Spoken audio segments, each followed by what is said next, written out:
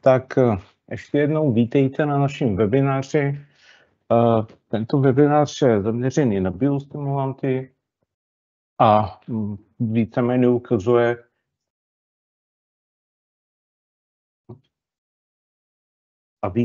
bude ukazovat, jaký je náš pohled na biostimulanty, jaký jsou specifické působení různých typů biostimulantů a jak my je zařazujeme do jednotlivých plodinových doporučení. V první řadě si něco řekneme o hlavních cílů, který máme, a obecně můžeme říct, že zvýšení produktivity pěstování patří k těm velmi důležitým úkolům v posledních několika letech. Výživa přirozeně patří k těm významným složkám tohoto procesu a vlastně každý výživářský doporučení musí obsahovat odpovědi na otázky co, kolik, kdy a jak. Jasně odpovědi na tyto otázky, které vychází z konkrétních pěstitelských podmínek, téměř vždy povedou k tomu, čemu říkáme vyrovnaná výživa. A vyrovnaná výživa nám zaručí na jednu stranu optimální zužitkování aplikovaných živin a na stranu druhou optimální finanční příjem pro farmáře.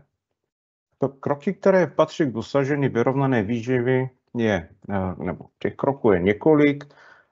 Neměli bychom v žádném případě opomenout diagnostiku, to znamená, my musíme vědět, jaký je obsah živin v půdě, jaká je mineralizace dusíku, která probíhá po sklizni předchozí plodiny. Pomocí N-testru můžeme zjišťovat, jaká je dynamika příjmu dusíku a stejně tak k diagnostickým metodám patří i listové rozbory, které nám zajistí, jaký je výživový stav v průběhu vegetace. Další poměrně důležitý krok je precizní aplikace. A konkrétně mluvíme o variabilní aplikaci dusíku, která se dostává do popředí zájmu pěstitelů a stejně pomáhá ke zvýšení efektivity pěstování, stejně jako i ta diagnostika. Pak potom nasleduje ta doplňková výživa, listová aplikace živin, která se zaměřuje na mikroprvky anebo na specifické funkce živin ve specifickém období. Jara vita, to jsou formulovaná hnojiva, koncentrovaná, buď se vyskytují jako pravé kapaliny, anebo jako suspenzní koncentráty. To, co je důležité pro všech jara vita hnojiv, je, že jsou formulovaná. To znamená, obsahují osmáčadla, obsahují adhezní látky, penetrační látky. To jsou všechno aditiva, které pomáhají lepšímu příjmu živin přes list. A u té nejsofistikovanější řady, což jsou suspenzní koncentráty, je velmi důležitá i velikost částic. My chceme, aby to hnojivo mělo dlouhodobý účinek a aby bylo velmi naprosto bezpečný pro rostlinu, tak proto máme velikost částic v rozmezí od půl mikronu až po 10 mikronů. Postupně ty nejmenší částice se dostávají první do listu a do oběhu rostlin a ty největší se dostávají o něco později. Další přípravky, s kterými přicházíme, to jsou biostimulanty. Vlastně s biostimulanty jsme začali před 4 lety a už máme nějaké zkušenosti, s kterými se vlastně dneska podělíme. To, co je důležité u biostimulantu, je, že biostimulant musí působit na lepší účinnost využití živin, zvyšovat toleranci k abiotickému stresu, což v důsledku znamená lepší celkový výnos a lepší kvalitativní parametry, ale také podporuje, pokud je biostimulant aplikovaný do půdy, tak může zlepšovat dostupnost zablokovaných živin v půdě. Výše výnosu je definovaná několika komponentů a z toho našeho pohledu je to otázka aplikace a využitelnosti živin. A to mluvíme jak živiny, které byly aplikovány přes půdu, ale taky živiny, které byly aplikovány foliárně. Další krok, který nám zajistí snížení výnosového propadu mezi geneticky daným výnosem a skutečným výnosem jsou biostimulanty. Biostimulanty navíc podporují udržení dobrého zdravotného stavu rostlin a zvyšuje jejich odolnost proti stresovým faktorům. Když mluvíme o stresových faktorech, tak je nutné si uvědomit, že abiotický stres je jakýkoliv negativní vliv způsobený neživými faktory.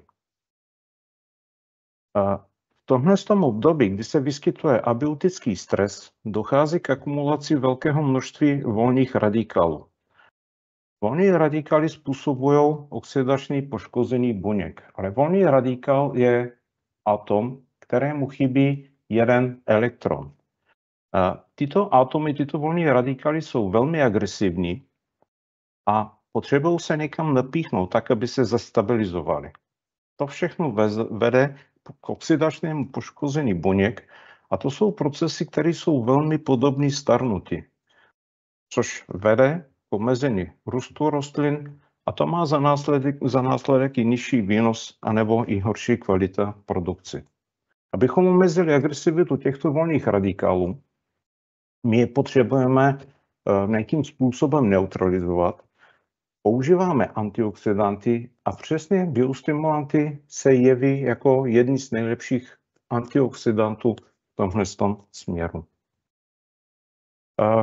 Pojďme k evropské legislativě. Vlastně předchozí vyhláška neznala termín rostlinný biostimulant. Ta aktuální, která platí od poloviny července roku 2022, vlastně zavedla termín biostimulant.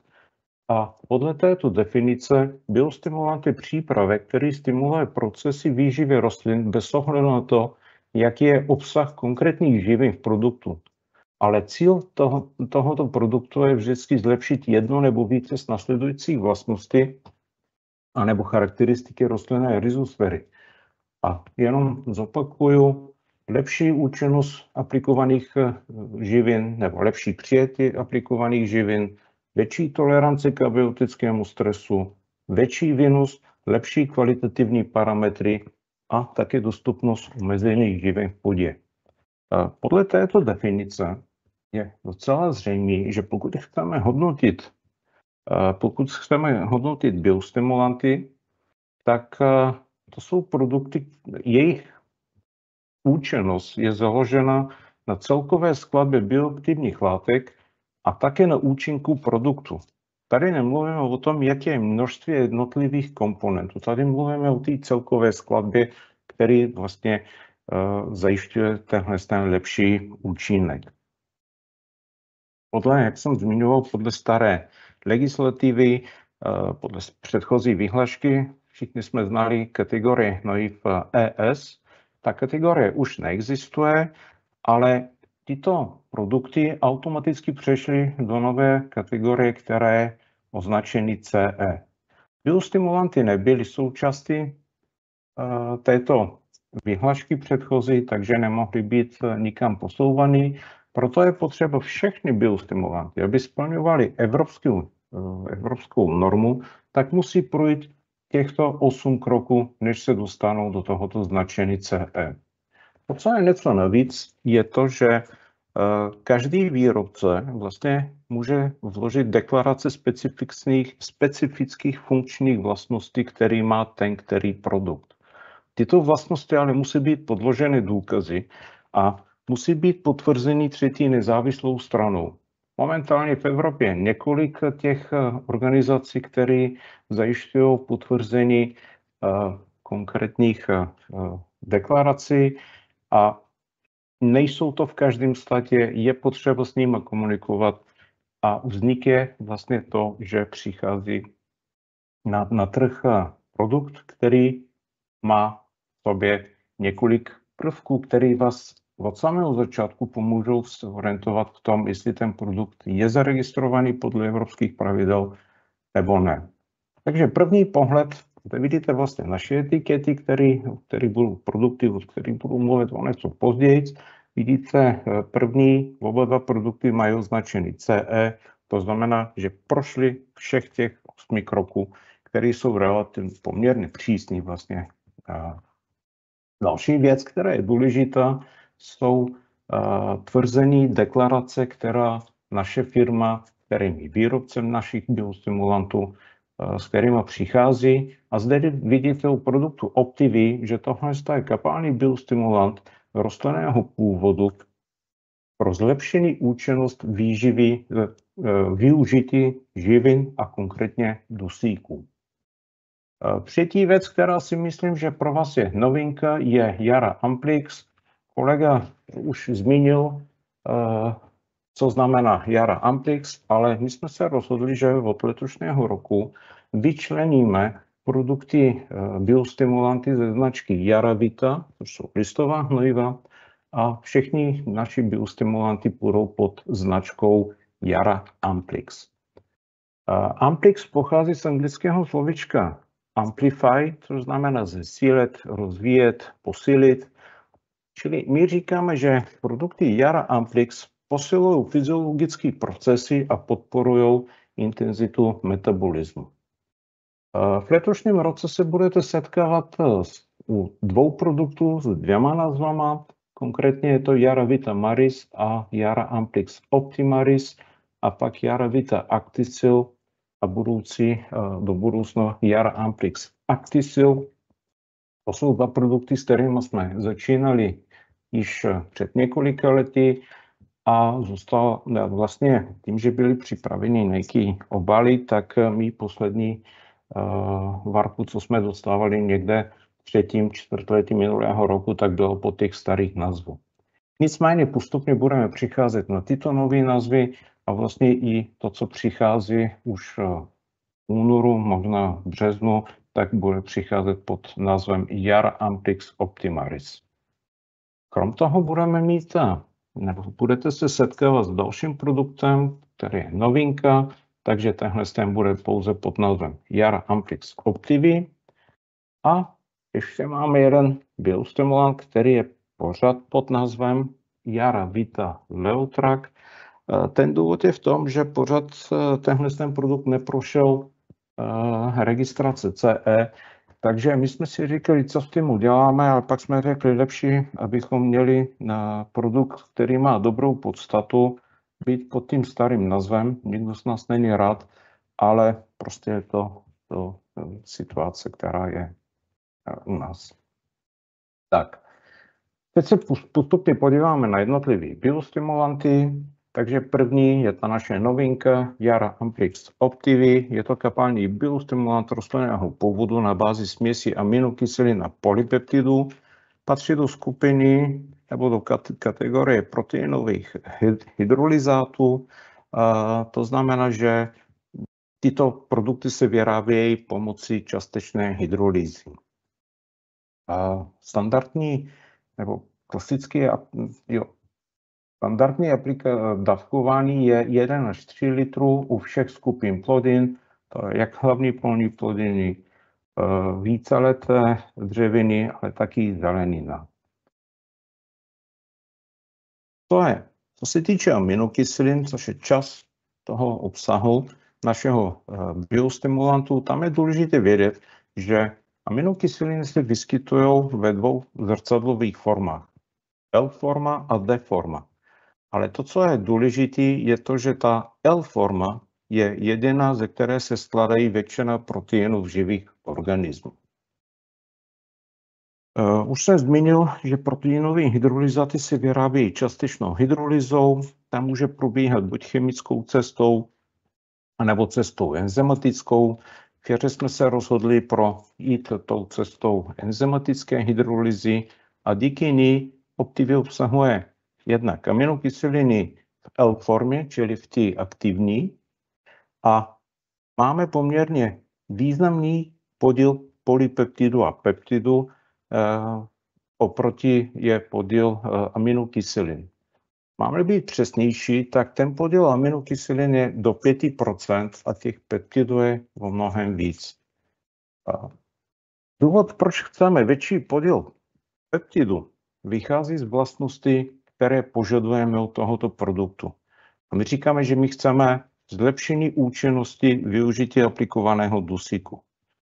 peptidy fungují na principu zámku a klíče, kdy peptidový hormon se specificky naváže na proteinový receptor a nastartuje a spouští procesy, které jsou spojeny s modulací hormonálních drah, modulace genového projevu anebo modulace a intenzita metabolických procesů.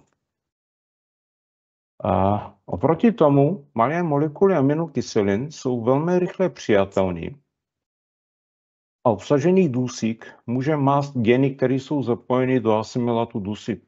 V důsledku toho vzniká snížení aktivity těchto genů a my vlastně dosáhneme opačný efekt, než toho, co požadujeme od toho biostimulantu. Čili tam se sníží příjem dusíku, místo toho, aby jsme podporovali tenhle lepší příjem. Proto dáváme přednost a chceme, aby v tom produktu bylo víc těchto peptidů.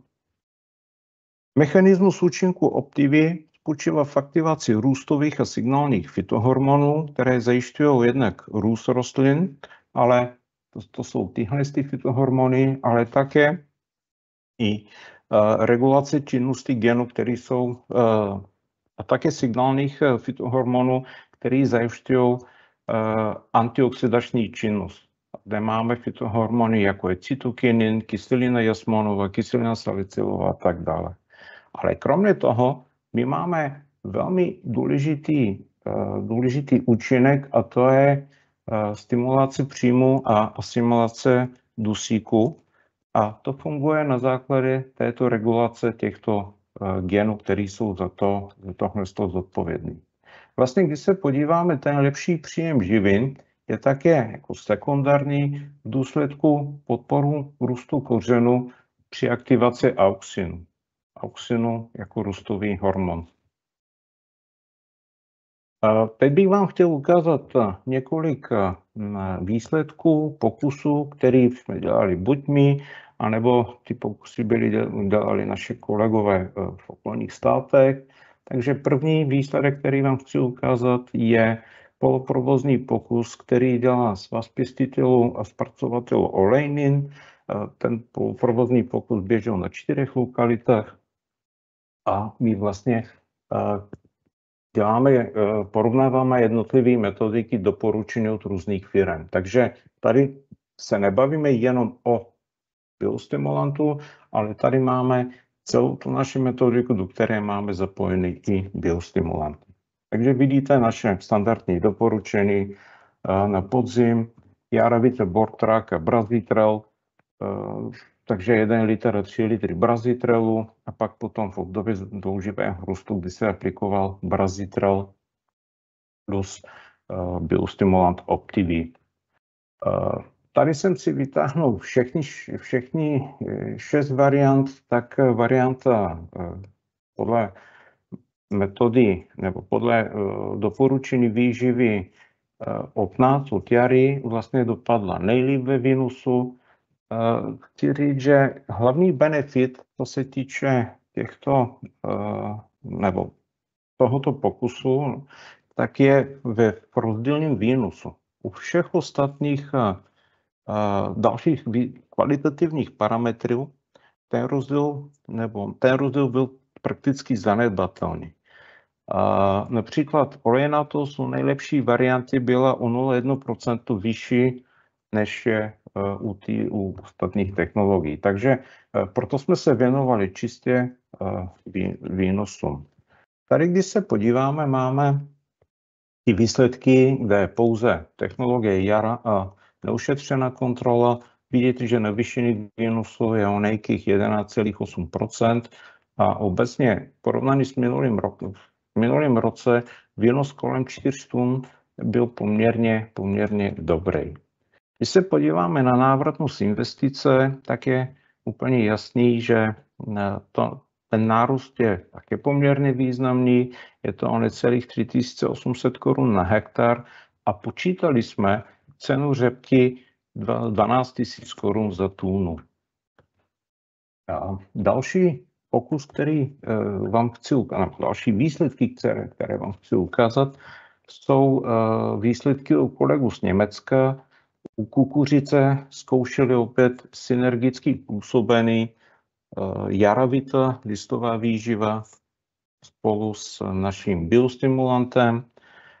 Vidíte, že půda, na kterou byl pokus dělaný, měla velmi dobrý výnosový potenciál, 98 kg mineralizovaného dusíku v půdě k dispozici. Ten pokus byl, vlastně byla neušetřena kontrola, pak potom jsme měli Optivy 1,5 litr a pak byla aplikace Optivy a produktu Zeatrel. Aplikace proběhla BBCH 16, což je asi 6. list, a velmi jasně je vidět tahle synergie, o které jsem se zmiňoval.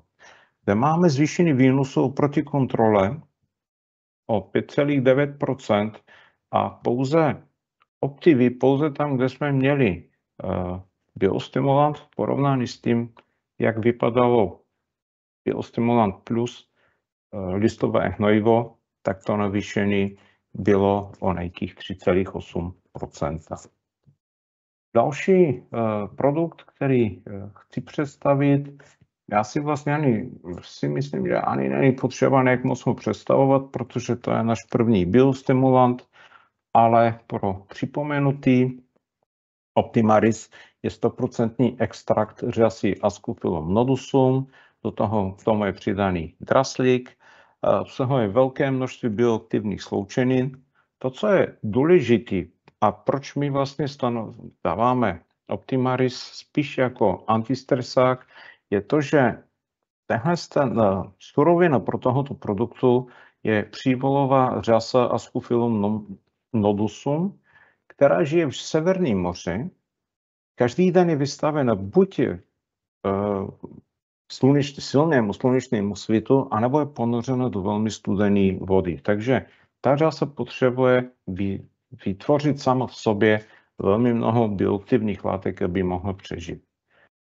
Dávkování vidíte v tom případě u klasických polných plodin je 1 hektar, ovoce, zelenina, protože tam je větší listová plocha, tak ty dávky jsou o něco málo větší.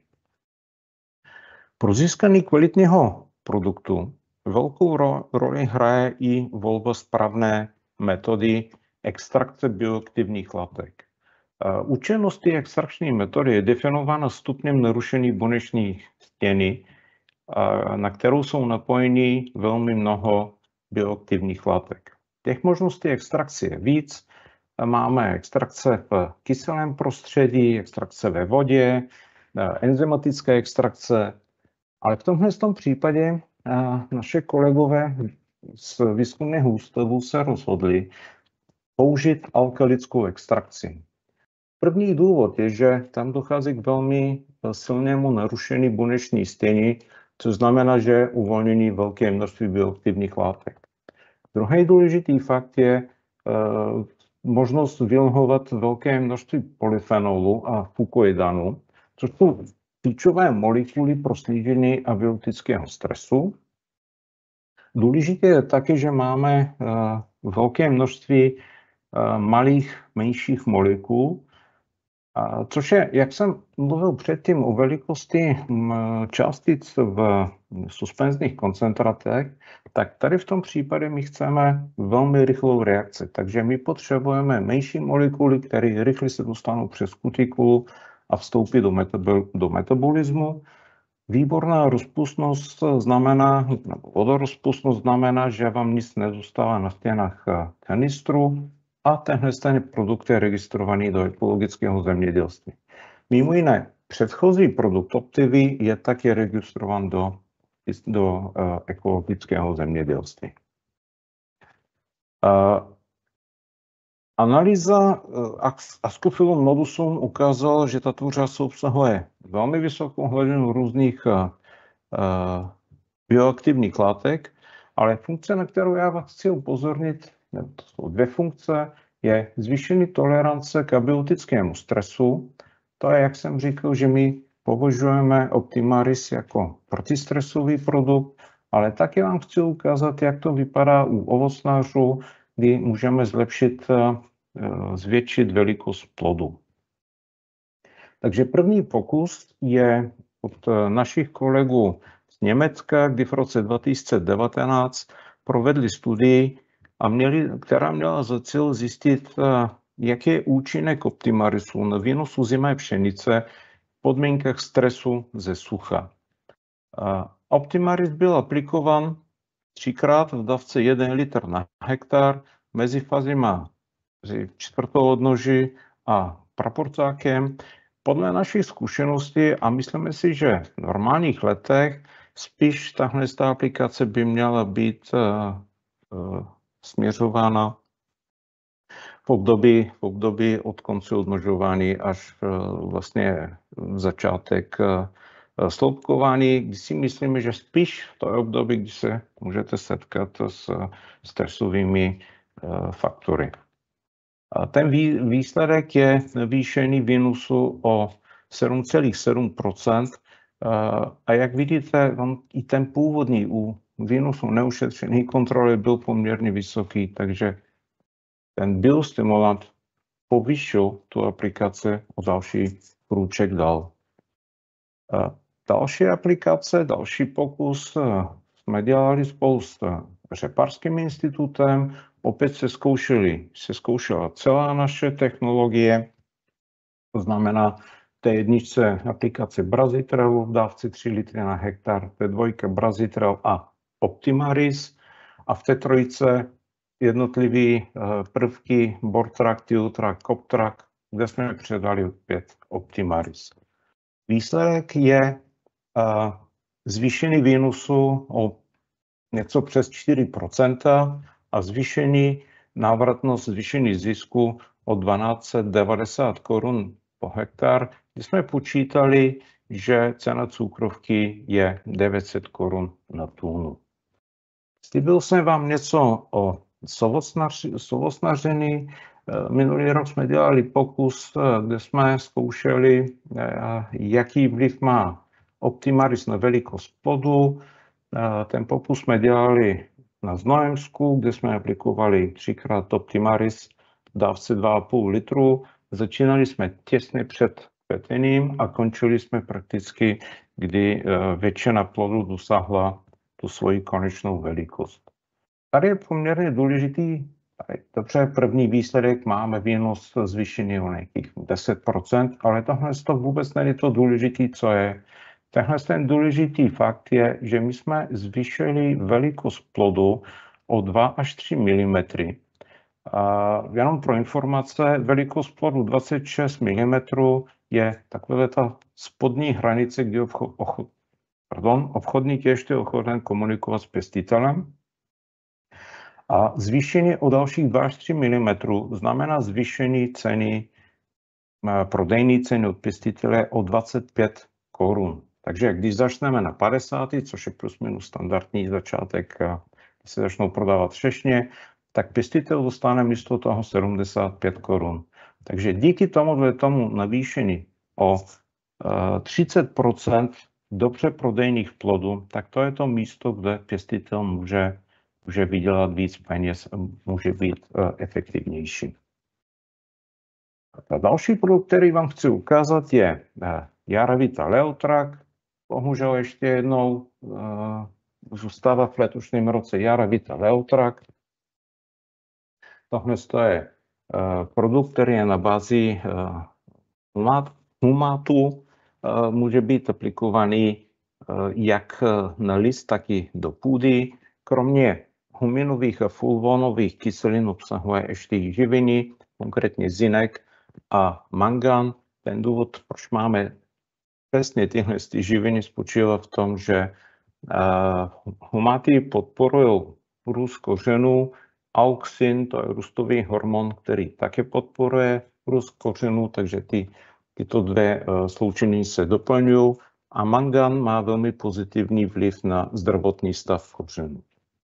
To, co je velmi důležité u tohoto produktu, je pH, který je nízké. To nízké pH je daný způsobem zpracování. Je to naprosto přirozený proces, kdy se leonardit, ten minerál, se rozemele a ve vodě je suspenzovaný bez žádné chemické reakce. Proto je to nízký pH, který ho dělá velmi dobře kompatibilní s jinými hnojivy, včetně kyselých, jako je kombifos, anebo také s přípravky na ochranu rostlin. Vlastně standardně, a já jsem nikdy neviděl jiný přípravek na bázi humatu, který by měl pH nižší než 8, ale v některých případech se můžeme dostat až pH 13. Tady jsou opět jednotlivé sloučeniny, které jsou obsaženy a k čemu tyto sloučeniny, jakou funkci podporují. Zde vidíte to, co jsem ji zmiňoval, je vlastně růst kořenů, což je asi nejdůležitější, ale pokud se tento produkt aplikuje do půdy, tak její zlepšení půdní struktury, pochopitelně tam hrají roli humáty ve formě huminových kyselin a humínů.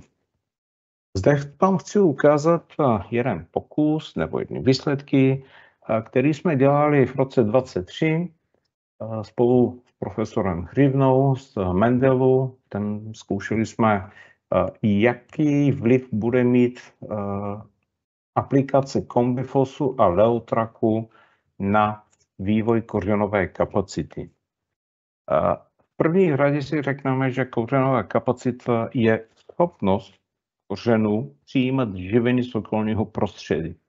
Když se podíváme na ty výsledky, tak vždycky je to skoro 50% lepší, vyšší kořenová kapacita.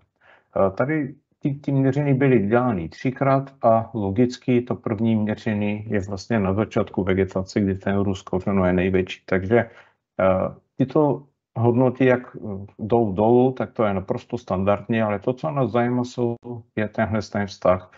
Každé to jedno měření a jaký je rozdíl mezi kontrolou kombifosem a leotrakem.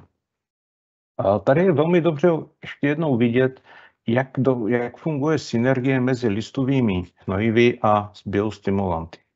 Pro mě kombifos je jeden z nejkomplexnějších produktů z celé řady Jara Vita. Obsahuje fosfor, draslík, hořčík, vápník, zinek a mangan. Takže když si představíme situace, že jsou aplikovány tyto dva produkty, tak leotrak podporuje, zvyšuje kořenovou kapacitu.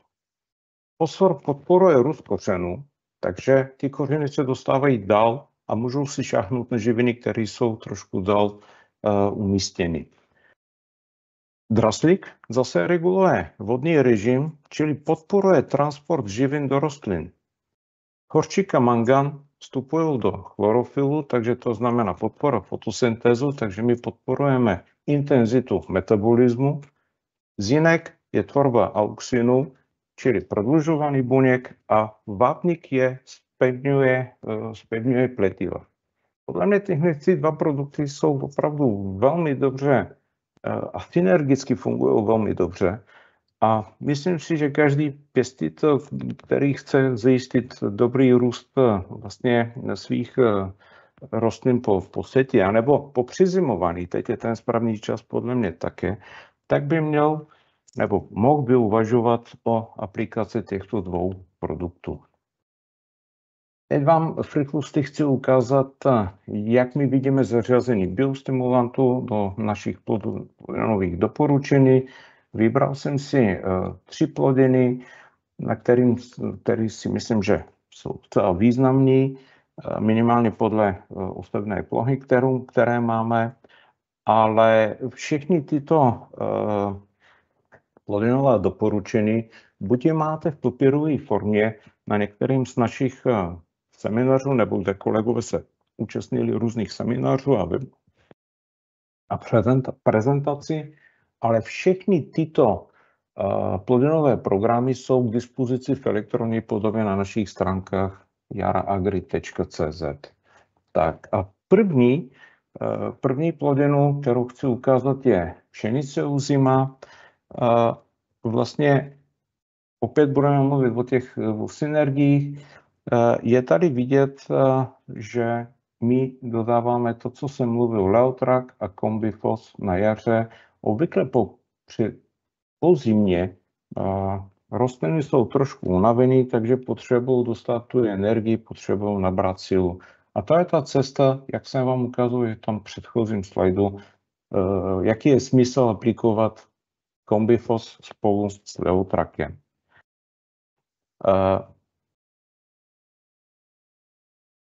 Se budeme bavit pak potom o aplikaci Gramitrelu, což si myslím, že všichni znáte.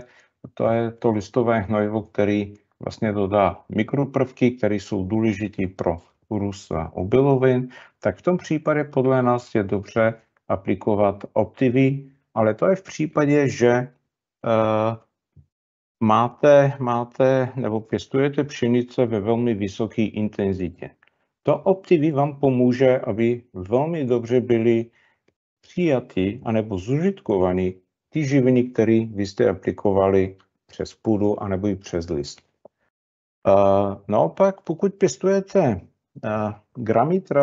obiloviny v místech, kde se vyskytují často přísušky, tak v tom případě my doporučujeme, abyste místo Optivy aplikovali Optimaris, a myslíme si, že tím to je cesta, kterou líp podpoříte porost a pomůžete víc tomu porostu, než čistě jenom s tím Optivy. Jak jsem zmiňoval, Optimaris je produkt, který je, nebo my ho máme zařazený jako protistresák, takže jako vždycky při výskytu abiotického stresu, tak ho můžete použít. Vlastně pokud tušíte, že přijde něco, tak vždycky je dobře ještě připravit, já nevím, den, 2, 3 před samotným abiotickým stresem aplikace Optimarisu, protože tím pádem pomůžete ještě preventivně, než přijde ten abiotický stres. Další plodina je řepka. Tak u řepky opět máme Leotrak a Combifos, ale tahle aplikace, pokud ta řepka špatně vzchází z jakýchkoliv důvodů, pokud je slabší, takže pokud máte kvalitní řepku, není potřeba aplikovat nic, co by podporovalo ten růst. To, co si myslím, že je velmi důležitý a to, co vlastně máme i výsledky pokusu z Anglie, ale i naše zkušenosti poukazují na docela dobré výsledky při aplikaci Brazitrelu na podzim. To není úplně jednoduchý vás přesvědčit, zejména ve stávajících časech, kdy cena komodity je relativně nízká a ty náklady jsou na druhou stranu vysoký, ale pokud chcete a máte tu možnost, pokud chcete připravit řepku, aby dobře přezimovala, tak tahle aplikace je skoro povinná. Já jsem zastáncem tohoto, protože si myslím, že to je cesta, jak si zjednodušit život později. Když se dostaneme do jara, tak aplikace Combifos Leotrak, vysvětlil jsem už proč. Začátek sezóny, začátek jara potřeba nakopnout rostliny. Pak potom přichází Brazitrel, který je plus minus v produkčním hnojení a v tom okamžiku se jeví jako velmi dobrý aplikace Optivy, protože ta aplikace vlastně pomáhá zvýšit příjmu aplikovaných živin. A standardně, jak jsem mluvil o antistresovým produktu nebo produktu proti abiotickému stresu, tak Optimaris v dávce 1 litr na hektar. Poslední z těch programů hnojení, který jsem si připravil, je kukuřice. Jednak máme výsledky, které ukazují velmi dobrý výsledek u aplikace Zeatrelu, čili Zeatrel je hodně podobný Combifosu, ale zaměřený a tam je víc toho zinku, protože všichni víme, že fosfor a zinek jsou jedny z hlavních živin, který potřebuje kukuřice. Takže tadyhle máme ten dobrý výsledek od našich kolegů v Německu, ale pokud máme špatný scházený kukuřice, tak můžete uvažovat i o aplikace Zeatrelu spolu s Leotrakem. Tím, že, jak jsem říkal, Zeatra je hodně podobný Combifosu, chybí tam vlastně mangan a vápník. Takže tahle reakce, podpora růstu kořenů, podpora příjmu živin a podpora vlastně fotosyntézy, potažmo zintenzivnění metabolismu, tak bude fungovat také dobře. A standardně Optimaris je antistresák, takže ten je vždycky připravený pomoct rostlinám, aby se dostali z abiotického stresu. A to je cesta, jak neutralizujeme vlastně těch volných radikálů. Teď je 2 komerční sdělení. První je, že my jsme dokázali, podařilo se nám snížit ceny Yaravita všech listovek pro sezonu 2025. Myslím si, že to je pozitivní, to snížení cen je od nějakých 5-7%, možná v některých případech i 10%, nechci jít detailně do každého jednoho produktu, ale tohle je poměrně dobrý začátek roku. A druhé sdělení, které je, že my jsme pro vás připravili balíčky. Tyto balíčky jsou označeny podle toho, pro jakou skupinu plodin se bavíme, takže zdravou olejnina, zdravou bílovina, zdravý kořen a ovoce. Vždycky v tomhle balíčku je produkt, který je Yaravita, to znamená specifický pro konkrétní plodinu, takže když se bavíme o olejninách, tak je to Yaravita Brasitral a k tomu Yara Amplix Optivi. Vidíte, že to je přesně, vychází z těch našich doporučení, takže ten poměr je 3:1. U Gramitralu ten poměr je 2:1. To, co je důležité, je, a to, co jsem říkal předtím, je podle vaší konkrétní situace, vy se můžete rozhodnout, jestli si použijete Gramitral spolu s Optivi, anebo použijete Gramitral s Optimarisem. To, co je důležité, je, že díky těm balíčkům se můžete dostat ještě na další trošku lepší ceny, to může být až 5-6%. Proto prosím neváhejte, kontaktujte vaše distributory, domluvte se, oni vám dají větší detaily, detailnější popis, jak to může fungovat. Ale my jsme přesvědčeni v synergii plodového komplexu s biostimulantem, proto jsme vlastně tyhle paličky připravili pro vás, abyste mohli vyzkoušet, jak funguje tahle synergie. Ještě jedno sdělení, TankMix, který předpokládám, doufám všichni znáte, se přesunul z těch svých z těch stránek tankmix.com do platformy yaraplus.com. Tahle platforma je vlastně ten moderní způsob, kdy jednotlivé aplikace jsou na bázi webových aplikací. Takže když si zadáte do jakéhokoliv prohlížeče Yara Plus, tak se vám ukáže tahle stránka, přes které se připojíte. Aplikace mluví česky, ale musíte říct, že chcete, aby se s váma bavila česky, takže tadyhle kliknete na češtinu. Je potřeba si vytvořit účet, ale jednou si vytvoříte účet a pak potom se přihlašujete přes ty stránky celkem bez problému. Takže to přihlašení vypadá takto. Pokud si nepamatujete hesla stejně jako já, tak určitě Microsoft vám povolí a můžete si zapamatovat heslo. Takže když se dostanete do těchto stránek našich, tak máte jednotlivé produkty, vyberete si, jaký TankMix vlastně hledáte. Standardně to může být podle účinných látek, agrochemikálie, jsou to jenom Yara produkty.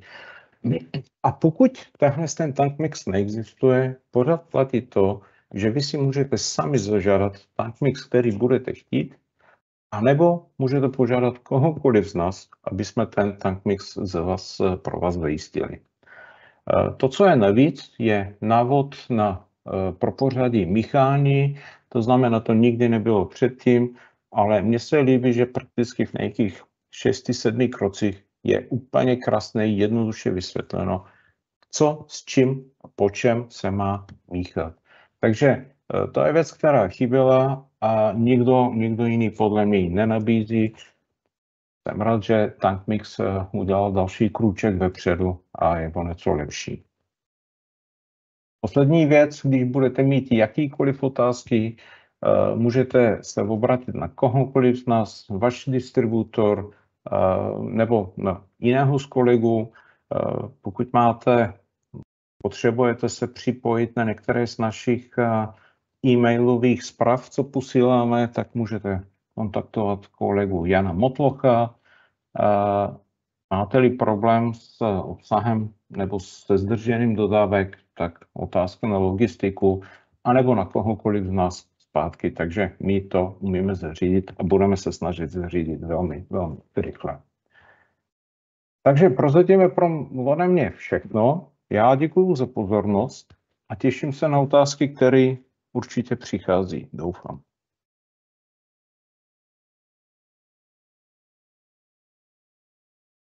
Tak, děkuji za prezentaci. Otázky skutečně nějaký dorazily, tak pojďme honem na ně. Časově to ještě stíháme dobře. První otázka zní, jaká je trvanlivost jara Amplix? Co když mi zbyde a nevystříkám všechno v dané melce? Stejně jako všechny jara Vita, taky jara Amplix, pokud se nevystříká jeden rok, tak vůbec o nic nejde, tak to můžete vystříkat ten další rok. Jenom bych doporučoval, aby se skladovala někde ve tmavém místě. Teploty 1-2 stupně jsou naprosto v pořádku, takže pokud ji nebudete mít někde na poli, úplně bez problémů další rok můžete vystříkat. Dobře. A druhá otázka, co zatím přišla, zní, jsou to organické sloučeniny, zda je tam nějaké omezení míchání s prostředky na ochranu rostlin, třeba s fungicidy? Ne, neexistuje. Já nemám zprávy, že by bylo omezení, takže ty biostimulanty fungují. Dokonce biostimulanty mají ještě jednou docela důležitou vlastnost, nebo respektive jinak. Aplikace přípravku na ochranu rostlin v principu je to abiotický stres pro tu rostlinu. Takže my víme, že jsou místa, kde po aplikaci pesticidu nebo spolu s aplikací pesticidu, tak vždycky se aplikuje i biostimulant, který by pomohl vlastně pro tu rostlinu, aby překonala já řeknu aplikační stres, protože ten benefit po aplikaci pesticidu je podstatně větší než ten stres, ale jednoduchý to můžeme používat. Takže neexistuje jediná zpráva, že by nešlo používat pesticidy obecně s biostimulanty, ale doporučím vždycky TankMix, abyste si zjistili fyzikální míchání.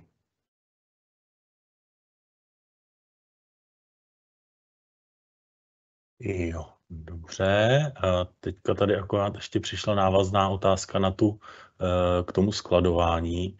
Mysleli jste skladování Amplix v běžném skladu chemie, temperovaném, ne, že to musí mít v lednici při 1 až 2 stupních? Jo, přesně tak. 1 až 2 stupňů je to minimum, kam se může dostat jara Amplix. Takže pokud skladujete jara Amplix v normálním skladu spolu s chemií, tak temperovaném skladu, tak to je naprosto v pořádku. Jo, tak fajn, tak v tuhle chvíli už tady teda zatím žádný dotazy nemám, takže asi webinář pomalu ukončíme. Samozřejmě, pokud vás jakékoliv dotazy napadnou následně, třeba při sledování záznamu, tak se neváhejte obrátit na naše kolegy, případně distributory, kteří vám je určitě rádi zodpoví. A tímto bych teda Georgimu poděkoval za jeho prezentaci. Vám děkujeme samozřejmě za pozornost. My si toho vážíme, že jste si našli takhle čas. Přejeme vám úspěšné jaro 25 a zachovejte i nadále přízeň hnojivům a nově i biostimulantům jara. Děkujeme moc, naschle. Děkuju.